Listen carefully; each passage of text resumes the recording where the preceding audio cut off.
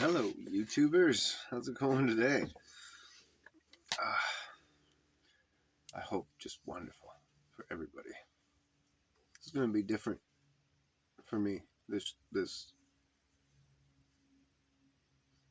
whatever. Today's talk. How about that? I don't know how long you guys have been watching. Some of you it's been a while.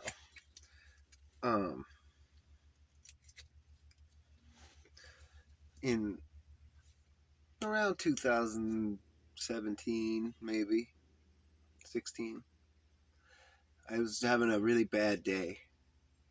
Might even have been 15. Who knows? No, it was after 15. Anyway, and I got a call on Messenger from just this random stranger. Twice in the same day. I was having a bad week, I think, too, not just a day. Anyways, and they just said, they worded it exactly, but they said that I planted the seed of thought that led them to God. And they just wanted to thank me because if it wasn't for what I said, they wouldn't have a relationship with God. And that bad day, that bad week, became like the best day of my life. It was the greatest feeling I've ever had. Up until about a year later, I was having another bad day, and the exact same thing happened again. So there was 4 people that told me the same thing. Anyway, after that second time, I said, God, this is what I want to do. It's what I want to do for the rest of my life. I just want to save people, talk to people, save souls, work for you. I don't care. I hate working for this society. I don't like it. I don't like what it does. I don't like where it goes. I don't like any of the things that it does. I just want to work for you. I want to just save souls and work for something positive.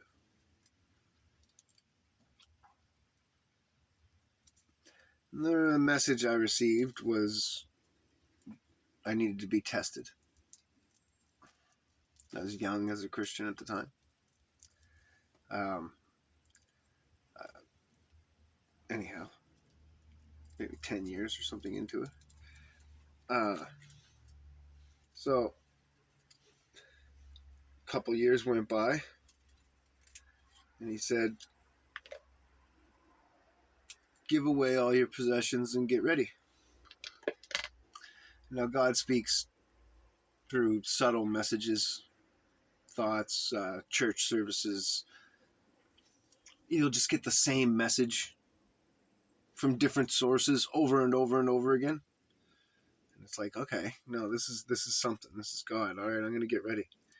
And so I gave away everything, moved into my van, gave up my apartment, gave up my job, got a different job that I could do and live in the woods. And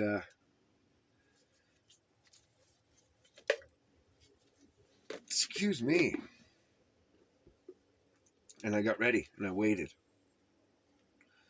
Did that for, I don't know, lived in the woods for, it wasn't long, 6 months. Then I went and lived with a friend of mine, which was a bad mistake. And then came here to Ontario, basically. Got the message again, and I had the money in my pocket. And the thing was that convinced me that day, I thought, I don't have this, and I don't have that, and I'm not really ready, and I need this, and I should have this, and should, blah, blah, zip, zap. And then I thought, there's always going to be, some of the things that I needed were big. There's always going to be some shit. There's always going to be something else that I need, some other thing. Um, so I just said, fuck it. I'm just doing it. Sorry, just a minute. Power off. I don't care. I'm just doing it. And so I set out and drove here. Scariest part was getting through Quebec without having to break down or deal with anybody because they're all rude. Or in my experience, I've dated women from there and the inner city girls and stuff. Um, they're not rude, but they're different. Um, anyhow,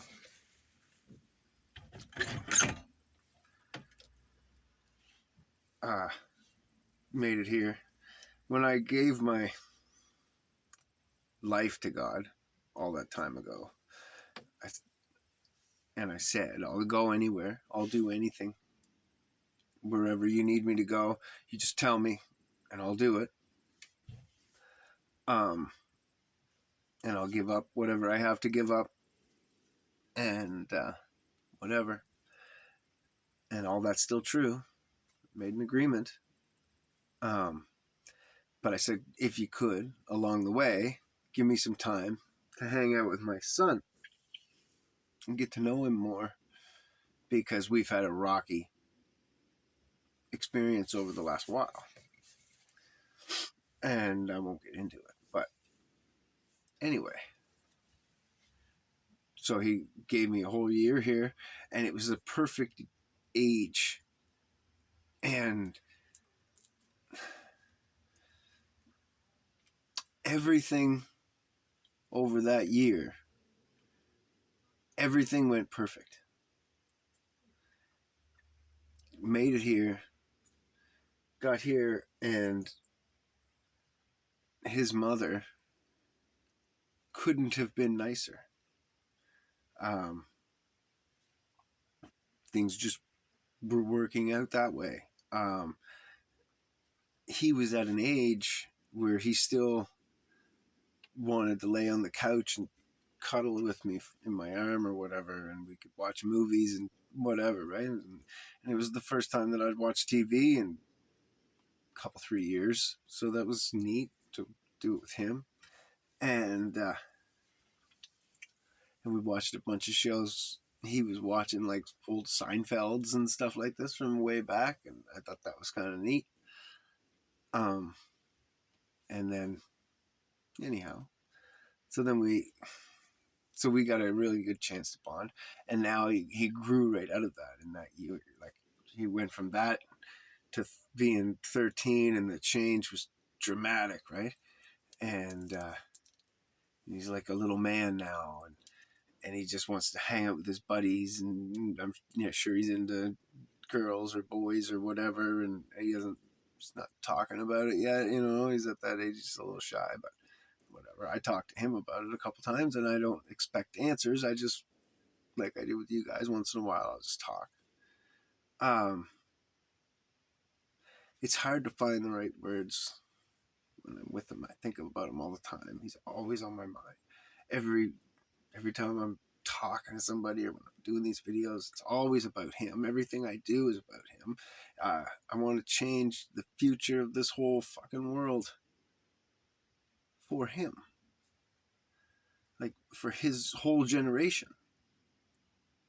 And my thought on that was, I might not be able to interact with him in his life day to day, but with all this shit that's going on in the world, I'm going to go to all the protests that I can, and I'm going to be on the front lines of the fight for this. I'm not going to leave it to him to have to fight.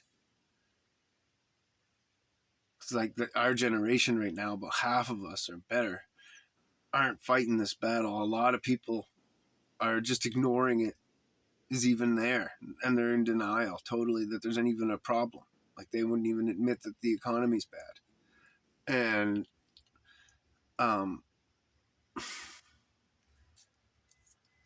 so I'm not going to be one of those. I'm going to go and I'm going to do whatever the hell I can, which might not be much.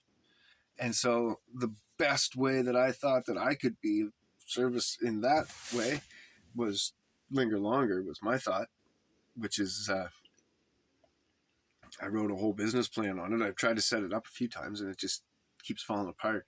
But linger longer is a mental institute, um, anger management, but more set up for depression, anxiety.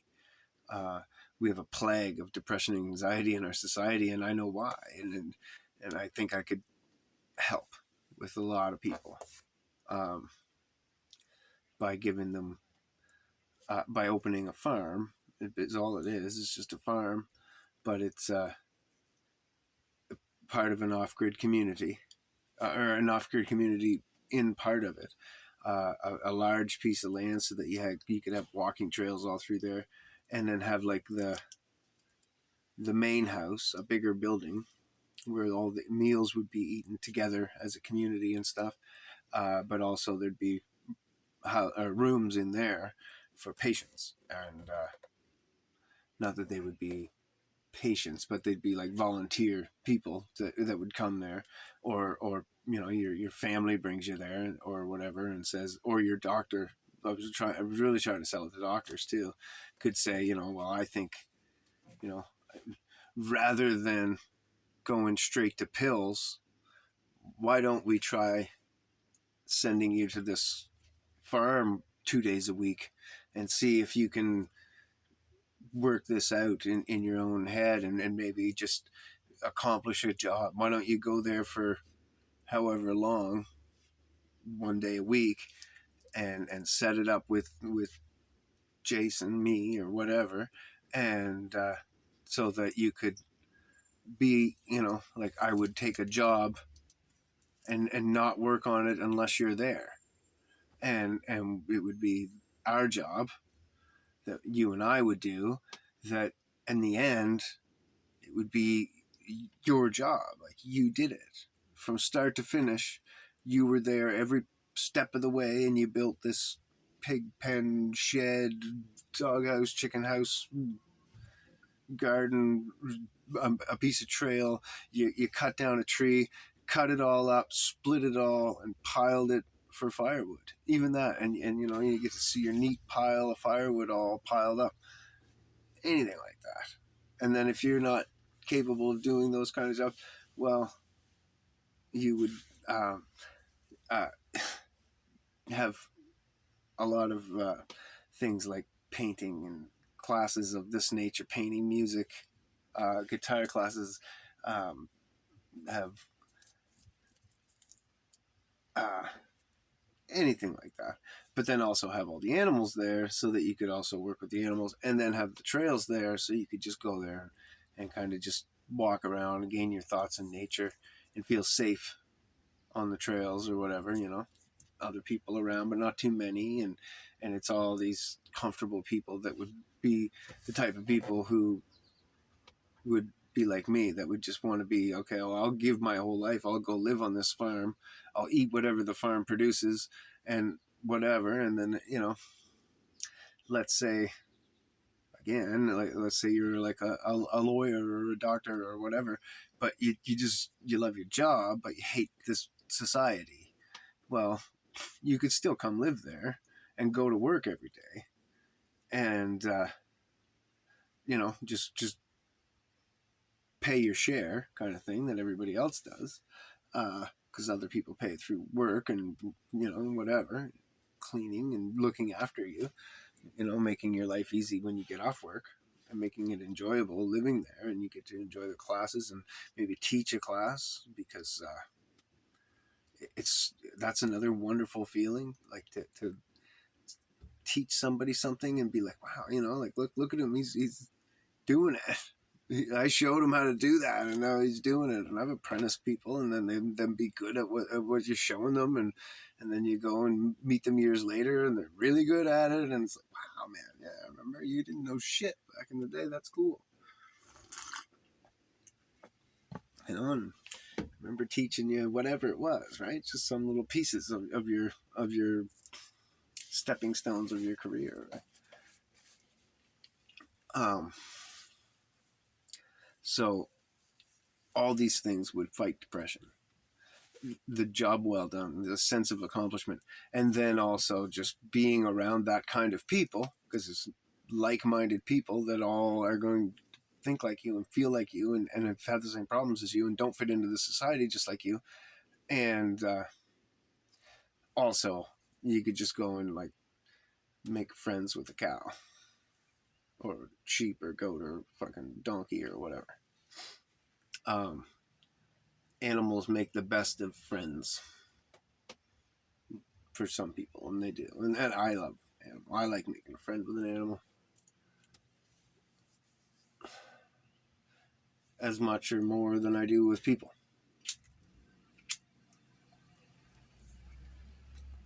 I digress. The voice we're talking about that word a minute ago. The Hodge twins. Anyway, so got that year. It was a perfect year. Everything was fucking awesome about this year. And then right when the year ended, things started to go wrong. Just a little bit, little bit, little bit, little bit, little bit, little bit, little bit. And just little things like, well, like I said, he grew up. All of a sudden, he's not Peter Pan anymore. Now he's all grown up. So he doesn't want to go and climb trees or laser tag or do kid stuff. He's into doing sports and girls. And I think that's great. Like I said, getting that whole year with them and everything, like, I feel blessed. Recharged and ready to go fight for God. And for him. So, brings me to now. More recently. So, all that stuff started to fall apart. All kinds of shit. People fighting with me, all kinds of just little bullshit, right? And then I went, fuck, I'm not supposed to be here anymore. This is what it is. God's talking to me. I better slow down and fucking listen. And skier. Oh, it is.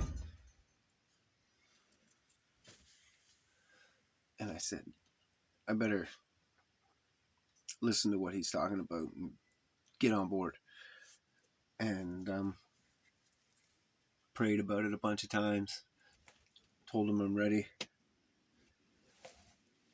Gotcha.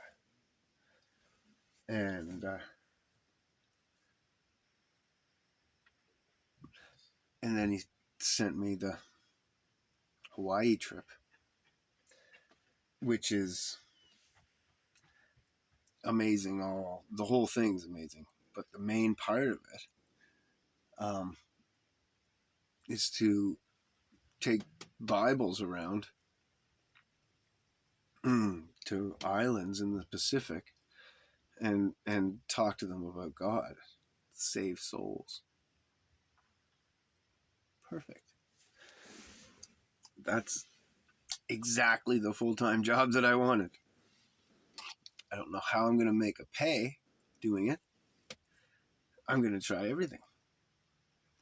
I have 5 patentable ideas right now in my little idea book. I could build a few of them. I might even be 6. I think I added one the other day. So I've been looking into patents and stuff and licensing and all this shit. It's a rigmarole. It costs a lot of money. But God can make that happen. I'm looking at whatever I can. Been hanging out with these shoe guys. One of my ideas is a shoe line. So I think that I got to talk to Chris, not Jay. Chris is the dreamer and Jay's the sensible money man or whatever. So, anyhow.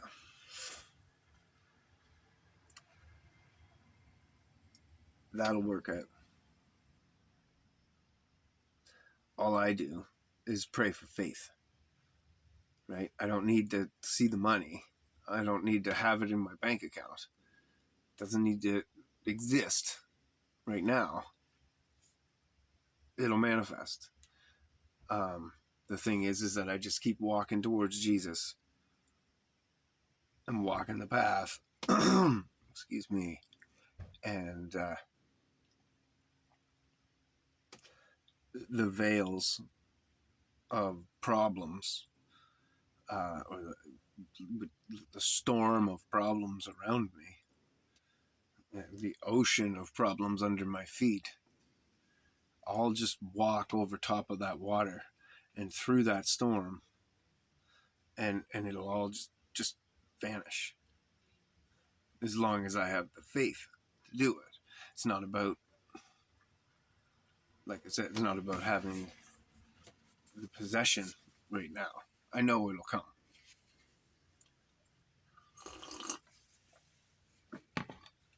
Anyway, then we're gonna look into like Pan of Gold, and he's got all these other ideas,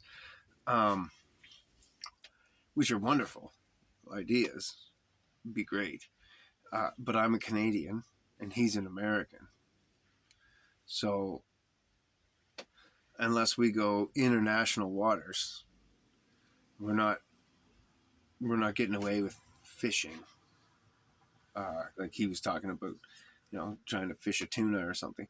We could maybe get one. Like he could get a license, and we could go get one, and I could be on the boat. But I wouldn't be allowed to help him very much or do anything. Just drive the boat.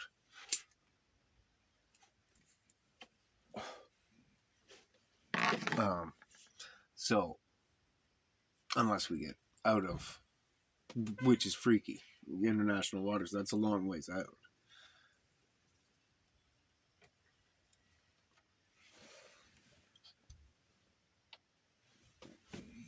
We're going to do that eventually anyways, though. So his thought is we leave from Hawaii, sail into Washington, up the coast through Canada to Alaska, and then he wants to fuck around there for a while for the summer. And then go from Alaska out to the islands in the Pacific. Well, my thoughts are like, everyone in Washington has got a Bible. They got access. They got internet. They got all that stuff. Been looking into satellite phones a little bit. And, well, not that I was looking into them. They've just been getting advertised to me, and I thought that's interesting.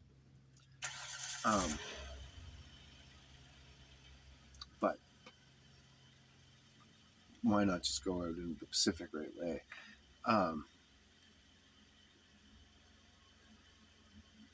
See where God takes us, kind of thing. I think we have more chance of making money out there than in our own countries in trade. It'll be quite a mission to go to these islands a couple times, go find these islands and sail around, see what each one, map them out and write down in the maps what each one likes to, or is in need of and wants to trade. And then you come back home and you load up on a bunch of that stuff, and so that you can go island to island, and it's not money I'm after anyways, right? I'll go to one island and get bunch of fruit or whatever. Go to the next one and get their fish and whatever meat they eat, or what maybe they eat people. Um, but and then go to the next one and maybe they got really cool fucking rocks or gems or something that people back here like these things, and I can bring those back and find somebody who makes jewelry or whatever that's looking for a bunch of stones, and sell that off here to buy more blue jeans to take back there, because it's usually blue jeans that they're after.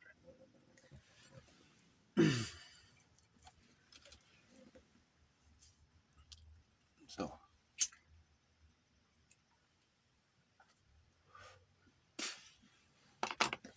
but I would think electronics and stuff, they would like that shit as well. You'd have to think that most of the necessity things have already made it there. Knives and fucking guns and fucking... We wouldn't be able to do guns anyways, but... just your basic shit, can openers and fucking spatulas and shit. You would think that stuff's already... They must have that shit figured out.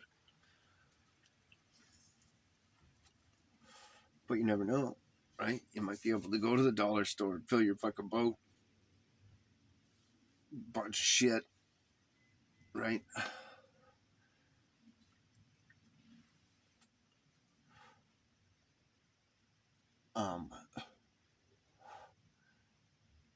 And who knows what they have on their little islands and their little outlets and fucking places that you could go. And if we go down South America, they could have anything. That's the way I think.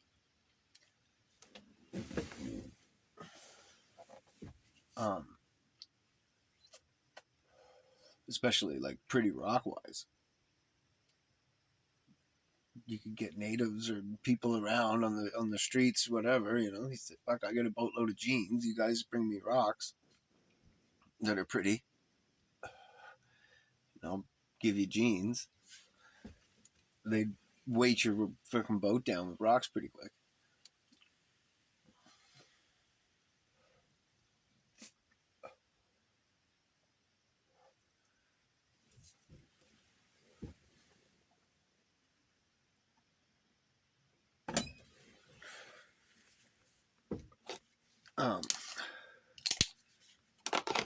I don't know. What my point is, though, what I want to show you at home is that, and I've already shown it, I think, but I'm going to really, really go overboard to show you that you can just give your life to God. You don't need all the things you think you need, right? You can improvise a lot of that stuff and minimalize in order to better your life. Now, what I've already done, I was living in an apartment. I was paycheck to paycheck, and I had debt on my credit card or whatever, not much, but I'd just gone through a bankruptcy. Well, not just, but whatever. And it wasn't a lot of debt. I had maybe $100 or $200 and $500 in credit, say. And fucking, but I had a really cozy little cute apartment, with cheap ass rent, though it was new landlords, but whatever. Anyway, and I had a shitty car that wasn't worth anything. It was something I think I paid fucking $600 for it or something like that, and I put $300 or $400 and some work into it, got it to pass an inspection, and I was driving it right into the ground. And that's the way I've always except for like one car I went and bought at a dealership, and that was a stupid mistake. Don't ever do it. That's what my bankruptcy was about.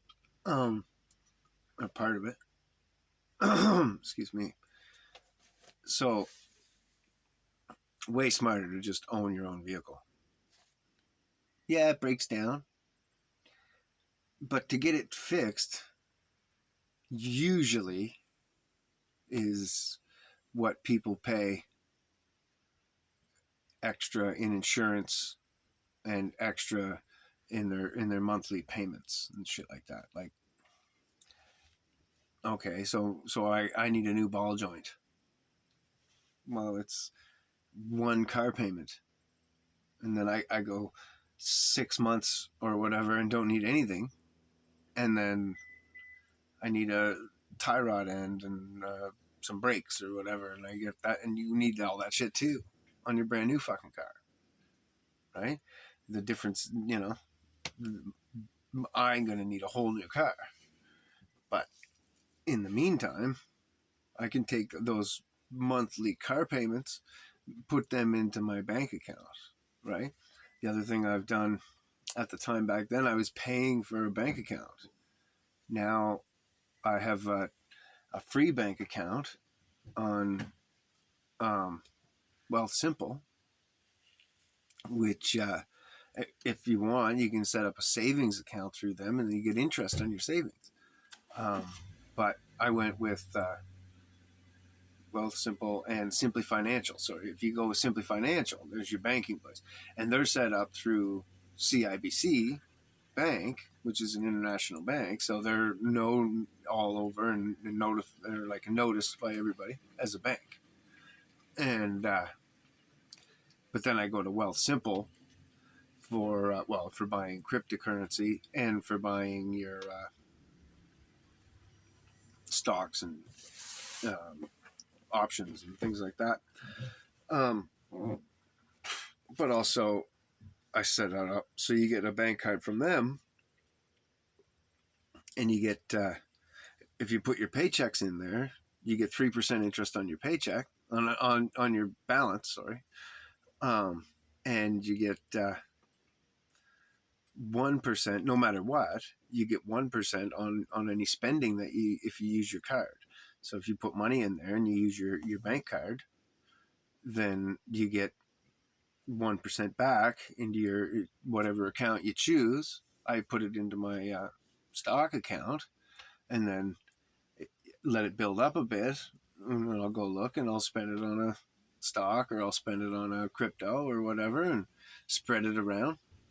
It's just change, but it builds up, and it's free change, right? It's their money that I'm playing with now. Good advice for you guys. I tried to get people to